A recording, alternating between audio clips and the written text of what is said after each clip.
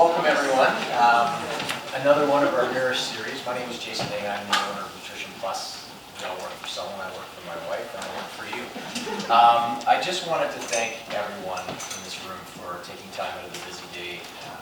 We do the Nourish series so that it allows our community to make informed decisions. It's not meant to be preachy, it's just meant to give you tools so basically you can make informed decisions for yourself. That's essentially the nature of what we do here. And it was funny because I was talking to a customer earlier in the week and they're just saying, yeah, are you coming to the collagen? Yeah, it's really trendy right now. And it kind of is. There's a little bit more buzz, but collagen has been around since you were born. The only unfortunate part is that we're losing more as we age. But the benefit is we are aging. And I think the key for us is about aging well. Dr. Jennifer Marion she's an educator for Naka. She's also a naturopathic doctor. And I think that's the key to a lot of these series, is not just having anyone come and talk. It's coming from an informed place. So I do want to thank Naka and Jen for supporting this evening and you for your time. But the one thing I ask is that you take some of these pearls and then share it with your friends, share it with the people in your community, share it with your family, so that everyone can start to make better decisions. But I just wanted to thank you for coming.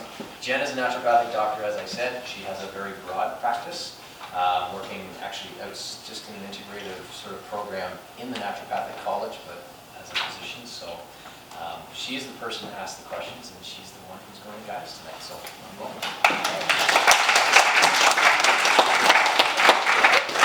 And thanks again, everyone, for coming out tonight. I know it does take some time to get here, so I do appreciate you coming.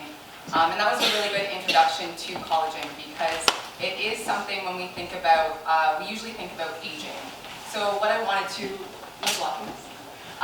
what I wanted to start with is just generally, why do we age in the first place? So there are a few different things that go into the reason that we age. So genetics, of course, is going to be one of them.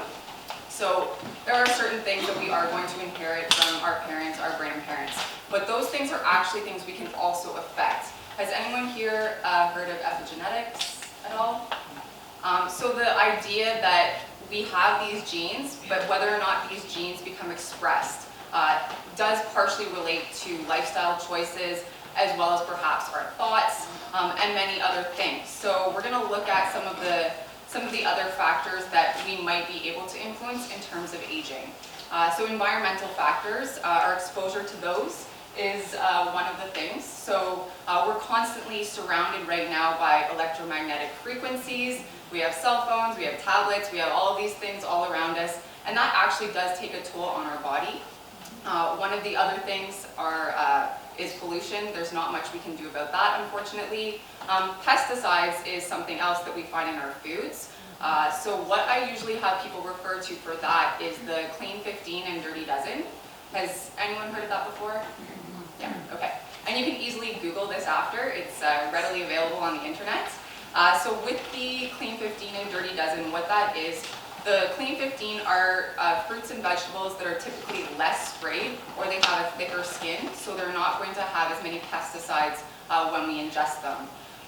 The Dirty Dozen, however, are the ones that are most heavily sprayed, or the ones that are found to have the most pesticides. So I typically encourage people, if they can, to buy the Dirty Dozen organic, and then the Clean 15 are things you can just buy conventionally at the grocery store. The other thing would be, of course, medications are going to affect the aging process. In some ways they help us, in other ways they can have some negative side effects, so that is something to consider as well. Food additives are another thing. So it's really important when we're grocery shopping that we actually read the labels on the things that we're buying. So I usually suggest people shop around the periphery of the grocery store. If you notice what's on the periphery, those are usually single ingredient items. So, you know, your fruits, your vegetables, your nuts, those are all sort of on the outside.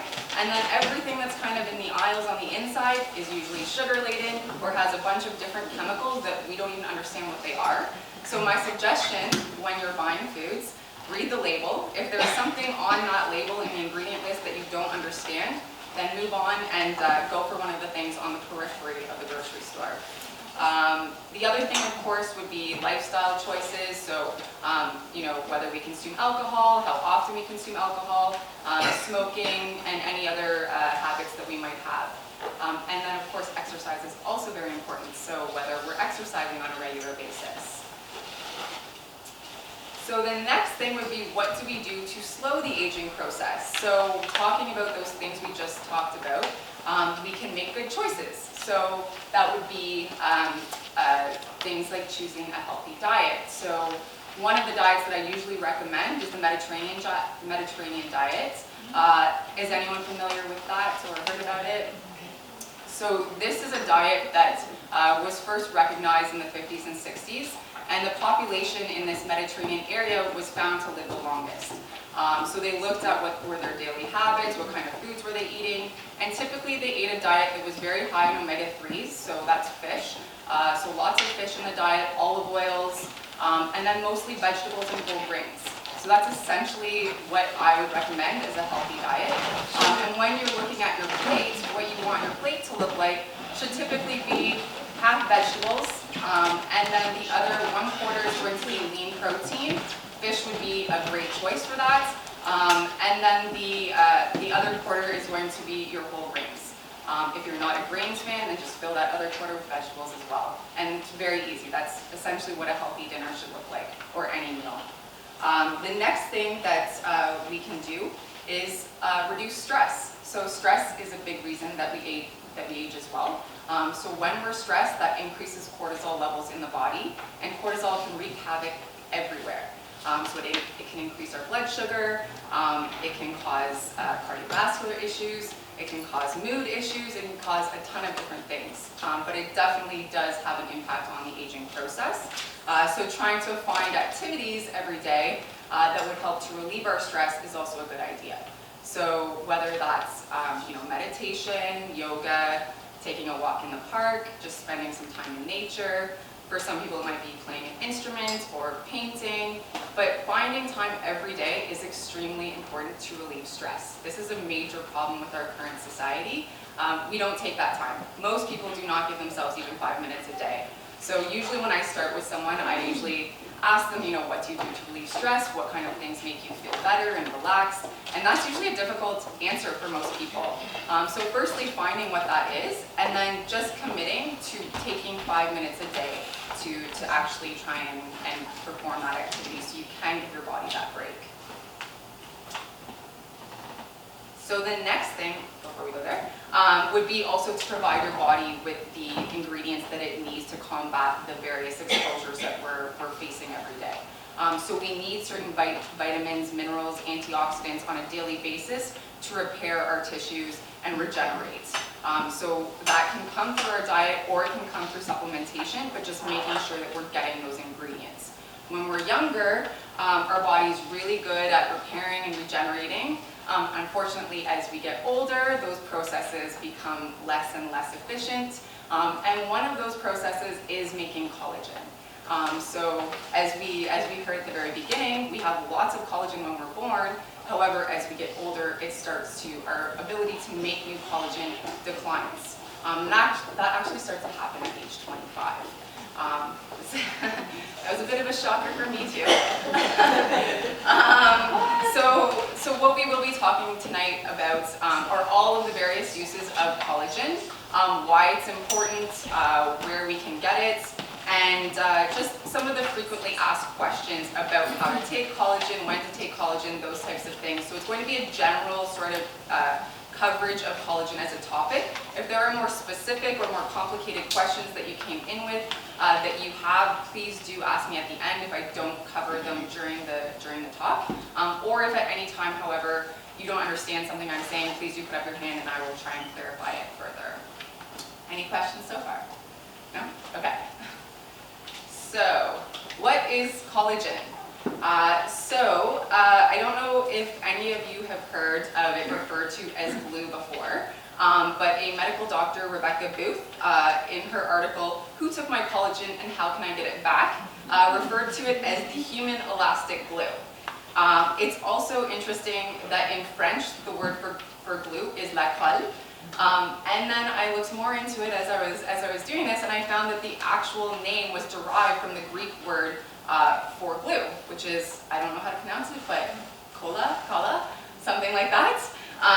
But so it really is thought of as glue, so it's kind of what holds us together. And unfortunately, as we get older, that ability to hold us together starts to decline.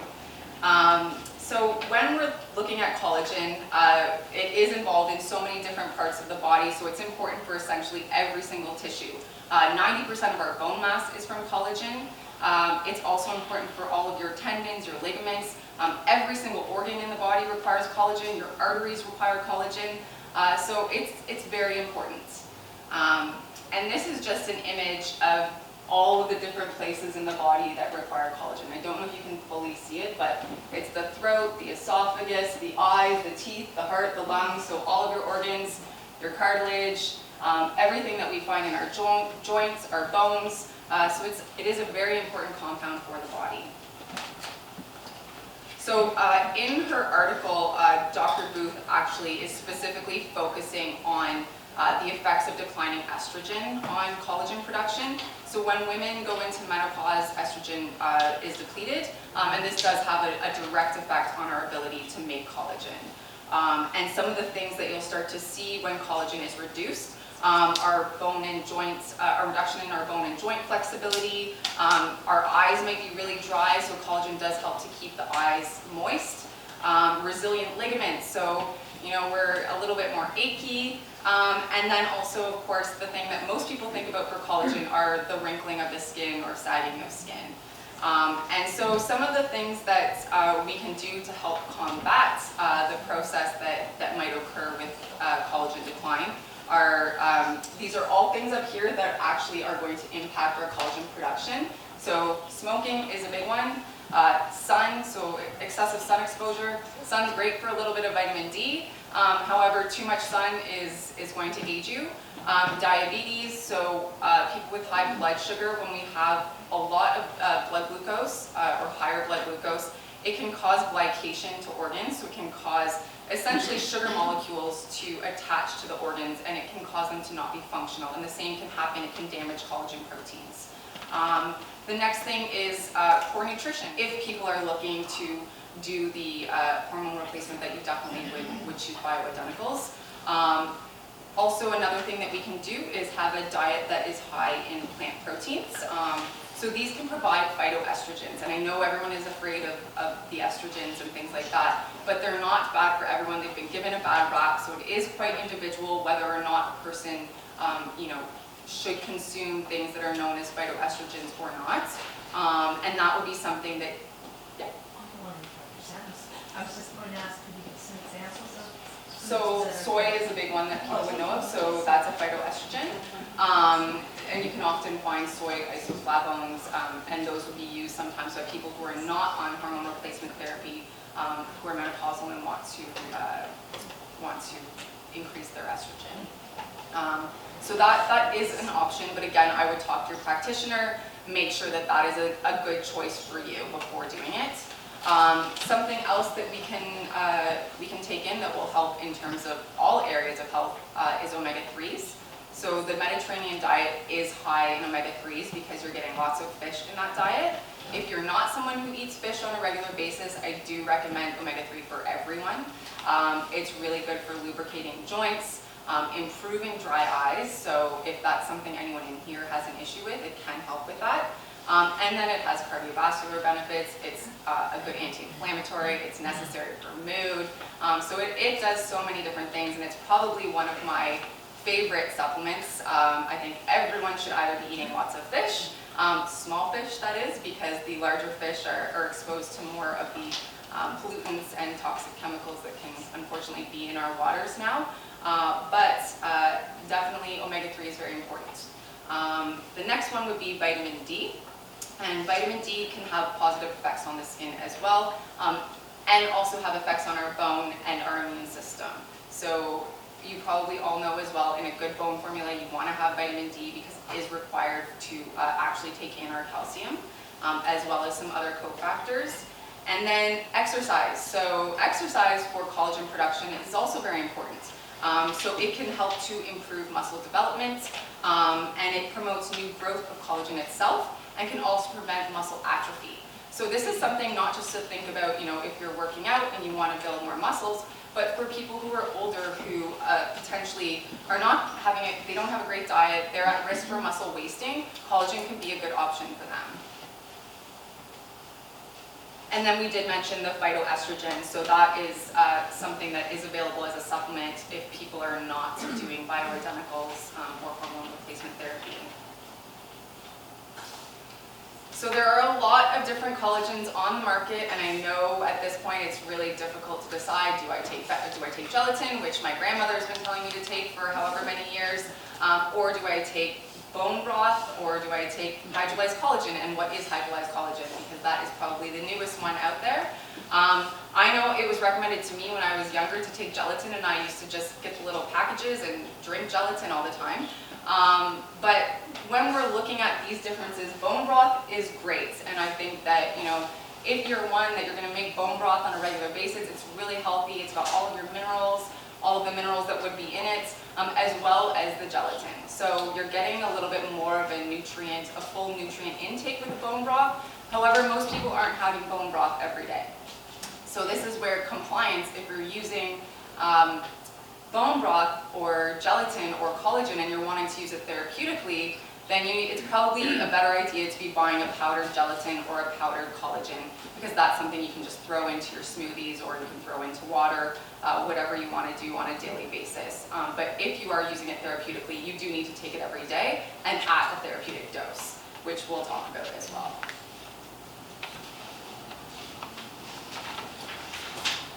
So just to clarify between gelatin and hydrolyzed collagen, so gelatin is a large molecule. Hydrolyzed collagen is prepared in the same process, but it's further broken down into a much smaller molecule. So it is more bioavailable. So people who have sensitive stomachs or who might question whether or not their digestive process is very good. So if you feel you have an issue absorbing nutrients, hydrolyzed collagen is probably the best one for you to take. It would be the most bioavailable of all of these, but of course gelatin does have benefits and bone broth has great benefits as well. So going on to hydrolyzed collagen, just to sort of give you an idea of why it might be better to supplement with a hydrolyzed collagen than to try getting it through gelatin, than to try to get the collagen through gelatin or through a bone broth, is when we're taking in gelatin, for instance, it's a huge fiber, and basically what our bodies need to do is they need to be able to digest that fiber, break it down into the small little protein chains and the individual amino acids that make up those chains. So we have to break it all down, and then we absorb it into our bloodstream, and then it goes to the area of the body where we want it to go, and then it makes new collagen, and it works at that site. However, these molecules are often way too large for us to be able to do that, and they often just pass through the system. So absorption with hydrolyzed collagen is a little bit better because it's a smaller molecule. So this is just so I can kind of give you a visual image of what I'm talking about. So this huge fiber at the end here is a collagen fiber, and collagen fibers are made up at the very end here of the polypeptide chains or the protein chains that I was mentioning. And these polypeptide chains are made up of the individual amino acids, and those amino acids bind together to make this chain, and then they all come together eventually to make this huge collagen fiber. So when we're just taking it in from a bone broth or a gelatin, it's a much bigger fiber than when we take it in as hydrolyzed collagen, when this strand has even been broken down even further in a hydrolyzed collagen. Yeah. Does taking collagen orally, whether it's gelatin or the supplement, versus exercise, what makes collagen faster? Doing it this way, or I would say a combination is great. Yeah. That's no faster than if you did more muscle weight training or something like that. This would promote, if you're also supplementing with collagen, it would promote further growth of your muscles and ligaments and tendons, supplying them basically with food that they need. Okay. Yeah. So working out is still great. I would say continue that for sure, but this would be a nice adjunct to that. So the next thing is when we're looking at hydrolyzed collagen, again, looking at bioavailability, there are tons of different collagens out there. So you kind of need to do your research at this point to figure out which one is going to be beneficial and therapeutic for you. So some of the things that would influence bioavailability are what do they use to break down that huge fiber that we looked at before? So are they using acids or heat or things that could potentially result in something that's not actually going to have any therapeutic effect? Or are they using just a gentle enzymatic process? So there is a collagen, this is a third-party collagen, it's called peptin. It's available for any supplement company to use. When they make their collagen, they just break it down with a gentle, protease enzyme. So a protease enzyme is what breaks the bonds between the amino acids, which we saw. So it breaks those bonds and so that they're available on their own. And so then what happens again on the market is you're left with these hydrolyzed collagens, and they can be completely different molecule sizes from different companies. So the range in terms of the size of the molecule, remembering that the smaller the molecule, the more absorbable it will be. So that range is from 3,000 to 50,000 Daltons. So Daltons are just the unit of measurement, but that's a huge spectrum. So of course, the smaller end of the spectrum is going to be more bioavailable. Gelatin, for instance, is 300,000 Daltons. So it's a huge molecule compared to hydrolyzed collagen, or some of the hydrolyzed collagen out there. So peptin hydrolyzed collagen, which is very bioavailable, is it's approximately 5,000 Daltons. So it's at the smaller end of the spectrum. So that's something to, if you're taking a collagen currently, you don't know where it's coming from, I would do some research and find out, how did they break down all of those collagen fibers? What size is the molecule that we're left with? And that will give you a good indication of whether or not your body is going to actually be able to use it.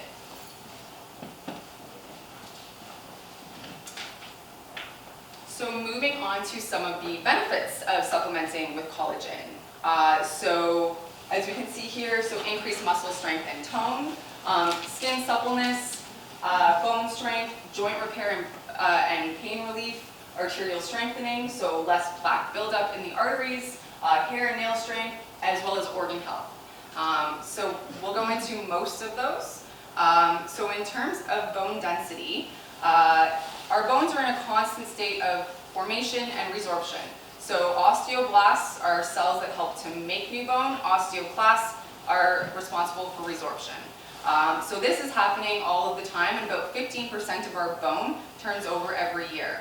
As we get older, and as estrogen decreases, again, there's an impact on that bone density specifically. So we do see changes in both men and women starting at age 30. That's when our bone density does start to reduce. However, when women are in menopause, bone density can decrease more quickly than it does in men typically. And so just thinking about the fact, we know collagen can affect bone density, which I'll get into after this a little bit more, but comparing collagen to some of the medications that people are put on for low bone density, I don't know if anyone's familiar with the drug Fosamax. So it's a medication that's commonly prescribed for bone density. And just to give you just an indication of some of the side effects, in 2009 there was a study in the New England Journal of Medicine that linked long-term Fosamax use to esophageal cancer. This is the one where you're not allowed to lay down, or you have to be upright after you take it. In 2010, the FDA required that Fosamax and other drugs in its class include warning labels about the increased risk of thigh bone fractures, which is essentially why you're taking the product in the first place. And then in 2011, the FDA added a new warning label to the drug that states that the optimal duration of Fosamax use has not been determined. So FDA Advisory Committee wants the agency to limit the amount of time a patient uses the drug, but the group still can't agree on the amount of time they want to limit it by. So it's a little scary. There are these complications that exist with that drug, and I'm not saying if you're taking it to stop taking it in any way. Again, you should be talking to your medical doctor, but you should be aware as well of some of the possible side effects that exist when taking these medications. There was a study done with mice. They removed the ovaries to simulate what it would be like in terms of bone density in a menopausal woman. So the bone density of those mice was reduced. They then supplemented the mice with what would be the equivalent of 10 grams per day in a human. And by the end of the 12-week study, the bone density of the experimental group was equal to that of the control group. So this is an animal study, but that's still promising in terms of the effects that collagen could possibly have on our bone density. The other study was, again, 10 grams a day, and again for 24 weeks this time, and in that study they also saw an increase in bone density. So it certainly can have an impact on our bones, and what's been found is that it can induce the action of osteoblasts. So the osteoblasts are, again, the cells that are responsible for formation of bone, and it can actually inhibit the activity of osteoclasts, which are the ones that are responsible for resorption. So this is just an image. So collagen is really necessary for our bone density. So we can be taking in, the calcium, the magnesium, the vitamin D, the vitamin K, all of those things that we're told we need to have in terms of healthy bones. But collagen, as I mentioned at the beginning, makes up 90% of our bone mass. So if we don't have that collagen there, it's kind of like we don't have the framework for those minerals to be deposited on. So this is just sort of, as it says here, in osteoporosis, the collagen framework and deposited minerals are broken down faster than they form. So the canals widen, new spaces appear, and bone weakens. So this is your collagen framework in here, and very important, again, for bone density. So moving on to collagen and joints. So with osteoarthritis, it is typically something that we develop later in life. However, if you are somebody who has a job where you're doing a really repetitive action, it can happen earlier. Or if you're an athlete or you've just had a severe injury when you were younger to any of your joints, you can develop osteoarthritis. And basically what that is, as I was describing at the beginning, eventually it will be bone on that's articulating with bone. So it's just bone on bone, and that's what causes the pain and the inflammation. In terms of osteoarthritis, typically the joints that are affected are the knee and the hip. And also, as I was discussing at the beginning, in terms of the cartilage on the end, that is serving as your cushion. So without that, you're going to be in a lot of pain. However, there is hope. So some studies in terms of collagen and osteoarthritis. So the therapeutic dose for collagen is 10 grams per day. So that's something you should also look for if you are purchasing collagen, to make sure you're able to actually get a therapeutic dose. All studies are using 10 grams. So with the osteoarthritis study, it was 10 grams a day, and it was done for 60 days, and this was on people with hip pain. There was decrease in hip and knee pain, and it was those who were in the most severe pain that had the biggest decrease. And they were actually able to reduce some of their medications. And then there was another study that compared the absorption of collagen compared to proline, which is one of the precursors of collagen. So the collagen protein is made up of proline, hydroxyproline, and glycine. And basically they look to see what happens when we take in collagen or what happens when we take in proline, which is just one of the building blocks for collagen. And they found that there was more collagen present at the joint after ingestion, after 12 hours, than there was of proline. So it actually had more of an impact on the joint ultimately. And what it did was it caused the chondrocytes. So these are your cells that you find in cartilage. So it caused the chondrocytes in those cells to start to make their own new collagen and then ultimately make new cartilage. So helping to repair the joint. So if you have any joint issues, also something to definitely think about. And then it's not just, again, for people who are older who might have osteoarthritis, it's also used for varsity athletes. They did a 24-week study, again, 10 grams per day. And at the end of that study, they found that there was improved, they were less pain at rest, less pain when walking, and less pain standing and carrying objects.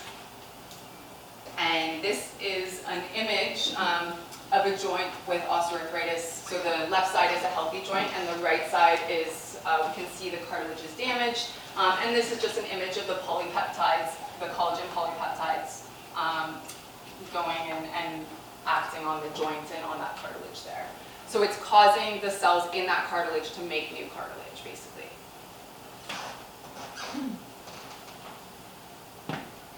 In terms of athletes using collagen, what it can do is it will help to boost lean muscle mass. Oh, there's a question. If someone's at the point where it's already Bone on bone.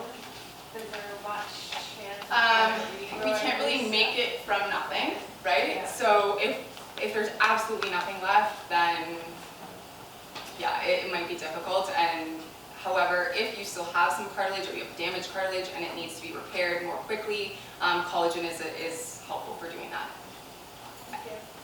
Any other questions? So, sorry, so this can be taken proactively. Right. Yeah. You don't have to have any issues to take.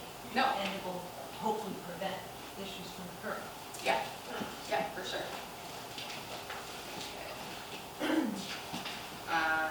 So, in terms of the collagen for athletes, so as I mentioned, it can boost lean muscle mass, it speeds our recovery time, it can help with joint repair, and also improve our cardiovascular system, which I will also get into. So in terms of our arteries and plaque buildup in the arteries. So going back to what it can do for athletes, however, it can actually also help to promote natural creatine. And so that's something that a lot of people look for in terms of, I don't know if there are any people in here who take creatine on a regular basis, but it can help to increase the force of your muscles. It can help to give you more energy during your workouts because it does help to produce ATP, which is what your muscles and every cell in the body use as energy. In terms of, again, the collagen, it also contains arginine, which is another amino acid, and this amino acid can help to increase muscle mass. So people who are looking for, some sports supplements, if you're a big gym goer, then this would also be a good idea. And one more thing about athletes, I know a lot of people like to do, the protein drinks, or whether it's whey protein or the protein bars. Usually most of those bars have tons of sugar again, so thinking about looking at ingredients, looking at the number of grams of sugar in those things, it's usually pretty high. So just taking some collagen, which actually in a 10-gram scoop has 9 grams of collagen, that's a great source of protein without getting all of those other sugary additives. And this is Jeannie Bouchard using her collagen.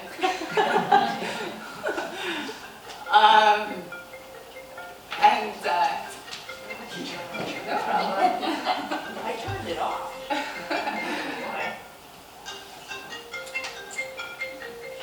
Sorry. That's okay. So then just talking about some of the benefits cardiovascularly for collagen.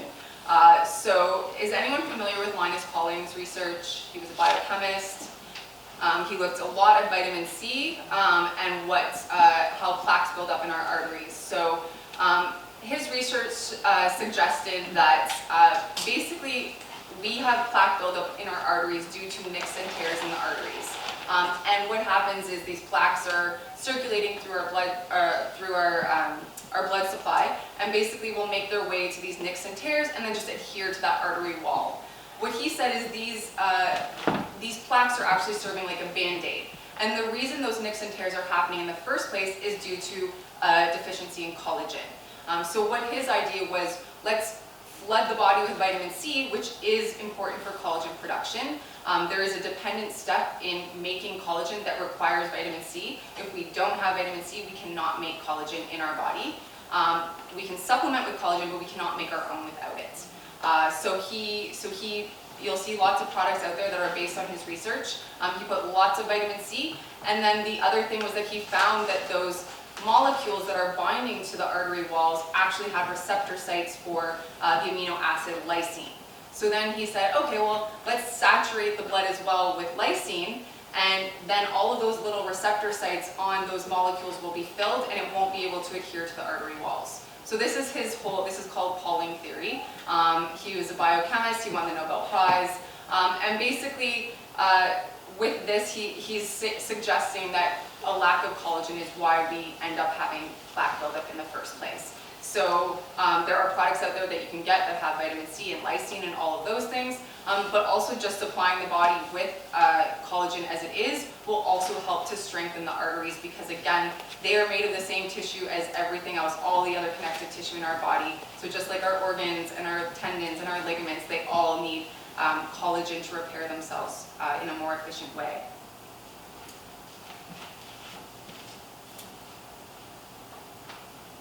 So, collagen for skin. This is usually what most people think of collagen for.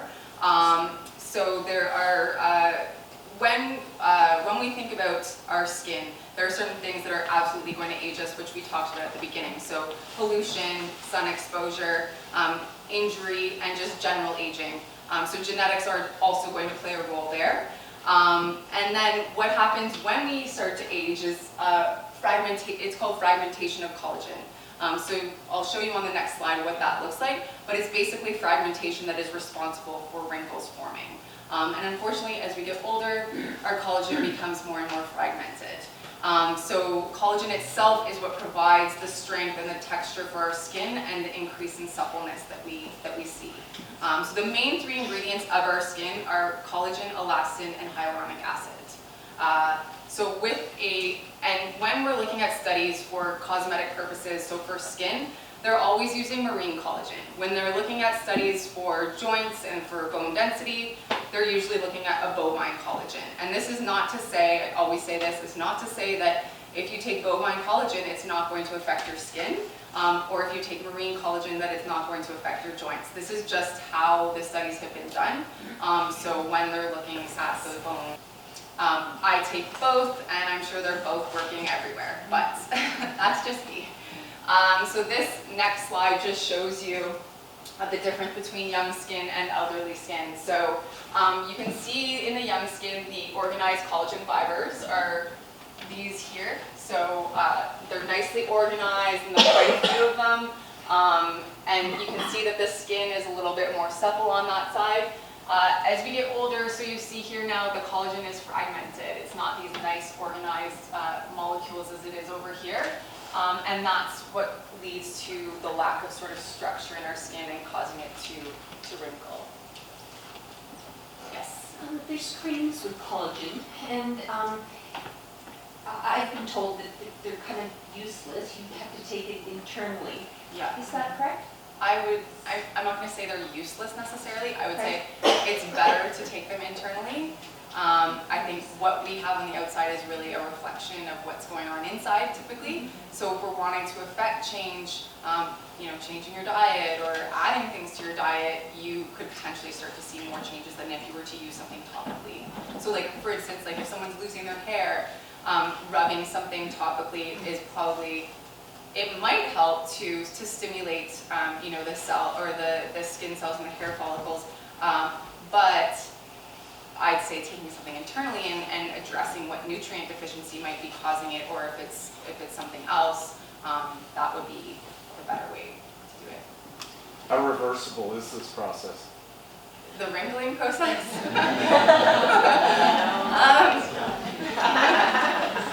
Well, I don't think you're going to see a complete reduction and, everyone's going to look like they're 16 again, but there are changes, you can see changes. So going to the next slide, which is actually the studies that have been done for skin, they did see a reduction in wrinkles. There was a French study that was done, again, this is marine collagen that's being used. So with the French study, there was increased collagen fibers in the skin, and then also reduction in fragmentation by 18% in 1 month and 31% in 3 months. So that's a fairly... And beyond the 3 months? Beyond the 3 months, Do you the get a study was only threshold? 3 months, so I'm not sure. I would say if you continue to do it, then you may reverse time. But I think it's a good thing to do on a daily basis, and whether or not all of your wrinkles go away or not, you're still providing your skin with what it needs.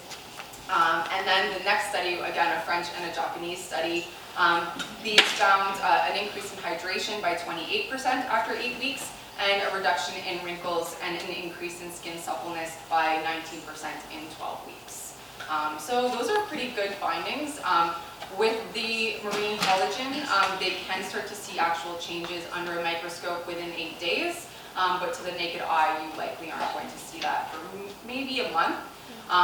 But again, keep in mind all the time, most of these studies are a minimum of 8 weeks. So, I know people will try something for a week and they say, well, it's not working, I'm going to stop taking it. You need to try these things for at least a month. So if you buy something, take the whole thing and make sure you take it every day as you're supposed to, and then decide if it's not working for you. But again, with natural medicine, it doesn't work as fast, unfortunately, as some of the pharmaceuticals that you might buy. Is there an optimal time to take it, with or without food? You're leading me right into Oh, sorry. No, it's okay. Actually, that is a question that I have in the end here. So basically, it's recommended that you take it in the morning on an empty stomach, away from food. In cold water or in water is best in terms of optimal absorption, but it can be taken in your smoothie, or I know people like to put it in their coffee. It can be done a number of different ways, but for optimal absorption, it's best to just do it in water. An hour before eating? Yeah, like an hour is fine, before, after. And just quickly, so again, the peptin hydrolyzed collagen, which I did mention before, and that everyone should go home and if you are taking collagen, look at your collagens. Make sure you know where they're coming from, because that is important. What is the molecule size? So with peptin hydrolyzed collagen, it is the small 5,000 Dalton size molecule. So at the lower end of the spectrum. It's specifically high in glycine, proline, and hydroxyproline, which are what most collagen is derived from.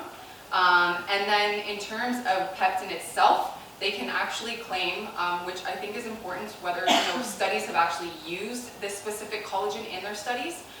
So with peptin, they can claim that it can be used for osteopenia, osteoarthritis, sarcopenia, general joint and muscle health, muscle regeneration, and performance boosting in athletes, as well as weight management. And the weight management is because it does contain protein, so protein is often satiating. So it can help in that sense. And then the next slide are just some commonly asked questions. So when should I take collagen is one of them. How soon will I see the effects?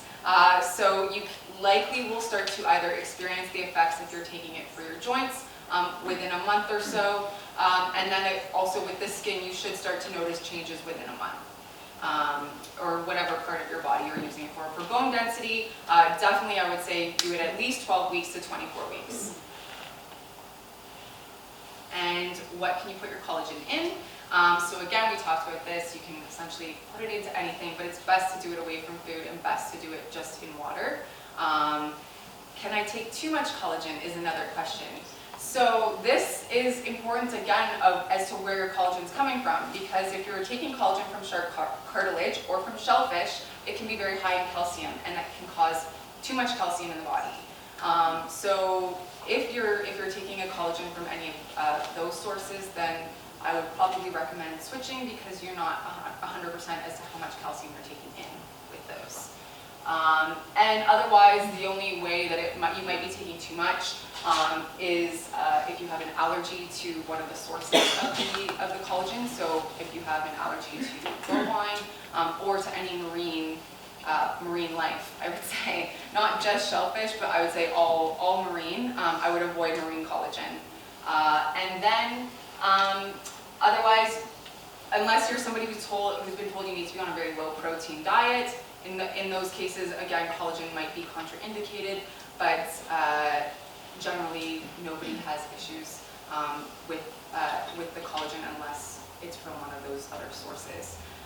The other thing is making sure you know where the collagen itself is coming from, where is it produced.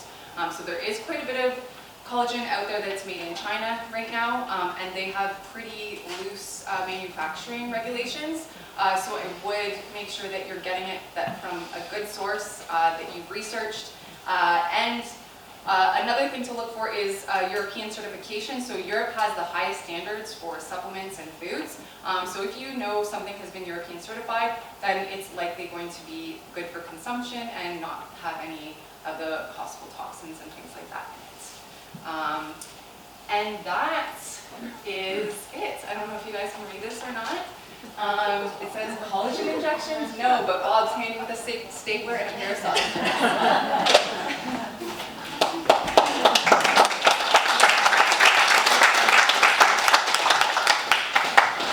Thank you once again, Dr. Marion. If any of you have questions, please feel free to stay and have your questions answered. We don't always have the doctor in the house, so it's really nice to actually, call upon that. And once again, thanks to Naka for helping us bring Dr. Marion up to us. As we do normally, you'll see there's a 10% off thing. It's not the hard sell, but if you feel this is something you want to try, we're doing 20% off any of the Naka collagens downstairs if you want to give it a try. I'd love to tell you that I used to look like Willie Nelson, but there is hope for all of us. I think it'd be intimidating going to your office and waiting room because they don't be beautiful and you have to step up our game.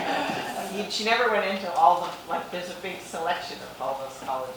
Yeah, There and is. But It's so you the- just pick